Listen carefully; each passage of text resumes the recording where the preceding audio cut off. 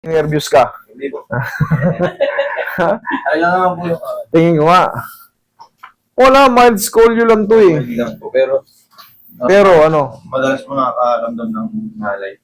Siguro sa trabaho. nagpaano ka na ba dati? Nagpa-reset ka na ba dati? Hindi pa po.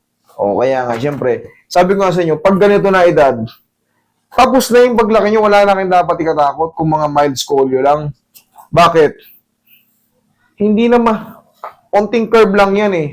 Pero pag bata pa kayo, at parang nakaganon na kayo, bata pa, kumbaga wala pa kayo sa 21, kaya 12 pa lang kayo, nakaganto na kayo, tapos ay pakaliwa, yun na nakakatakot. Kasi maaring makompress yung puso nyo. Pero kung yan mga mild-mild na, finish. Ganun lang yan. Tapos na to eh. Tapos na yung paglaki mo. Ilang taon ka na, idol? 24 po. Oo, tapos na yung paglaki mo eh. Okay na yan. Yan na yan.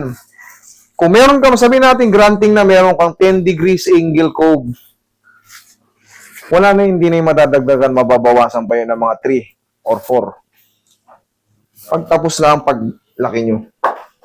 Pero kung buhat ka ng buhat, siyempre, mayroon tinatawag na discompression.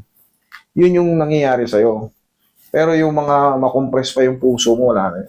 Yun lang naman nakakatakot sa may mga scolio. Straight ka lang.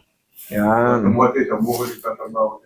Eh, siyempre, yun nga, nagkakaroon ng discompression. Dahan-dahanin sa pagbubuhat. Yung mga sobrang bibigat, hindi kayo pwede doon. Okay, relax lang. Tayo. Tapos, idol, palagi kang magpapaganito. Kunyari, nagkakaroon ng ngalay yung ganito mo. Kahit sa mga katrabaho mo lang ganito.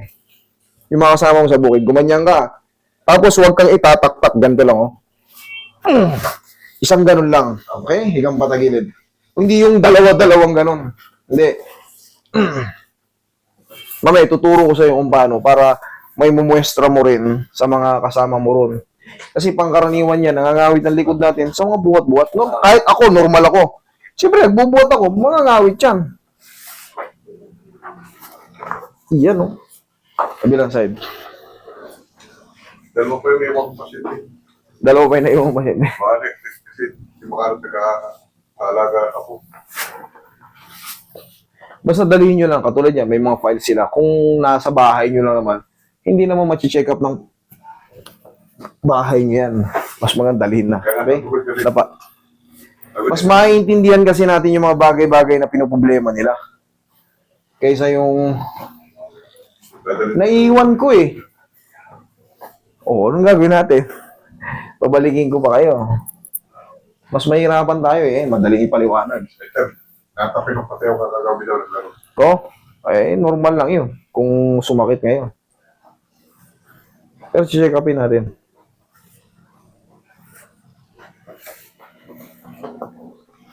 Relax na.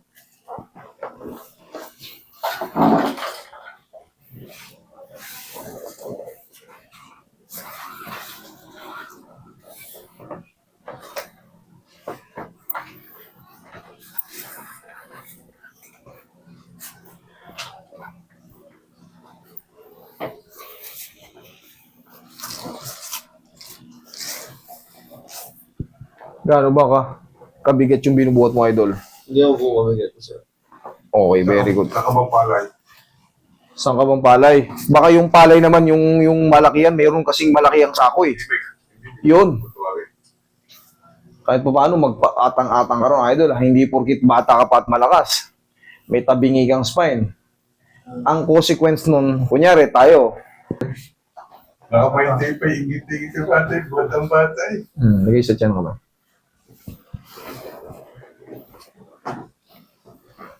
Pagka kayo hindi magkaanak, dalawang magpa-check up.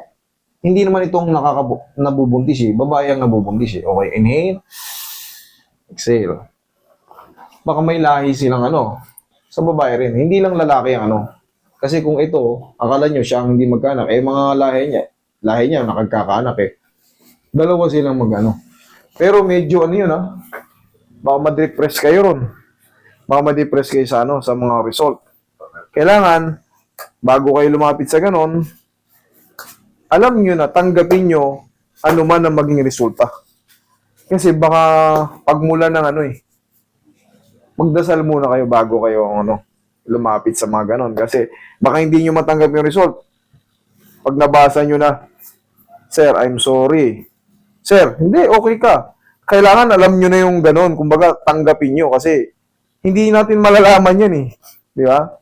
Basta yun lang, i-ready nyo yung sarili nyo, mag-pray muna kayo, o ano man ang maging resulta, tanggapin ko. Okay? Opo.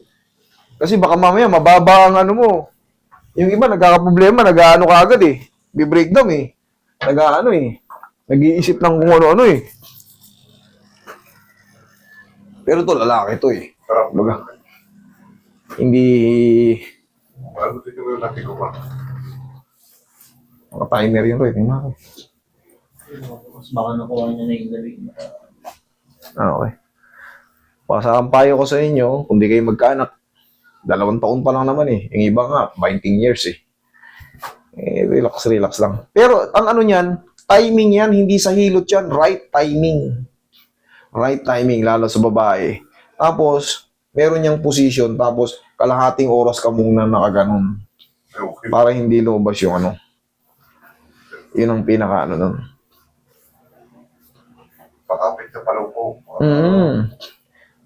Hihigayin sa sopa na nakaangat yung 2 paa niya. 30 minutes siya na ganun. Tapos kailangan fertile para sigurado. Huwag niyo munang isipin yung mga ano kayo, hindi ka makabuntis, yung tagal na eh. Wala, i-stressin niyo yung sarili niyo. Manood kayo ng mga ano, sa mga doktor. Paano ba ang mga tamang posisyon? Timing lang yan, idol. Bata ka pa naman eh. 70 nga, lalaki nagkakanak pa. Eh, lalaki walang expiration. Hanggat lumalaban. Okay, idol, ako ganunin mo. Turuan kita. Para maimuestra mo yun sa mga...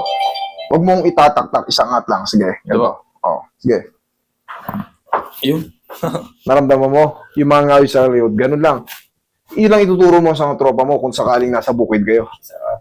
Isang angat lang. Okay? O, kumusta ang pakiramdam? Maganda. Gana. Okay? Thank you.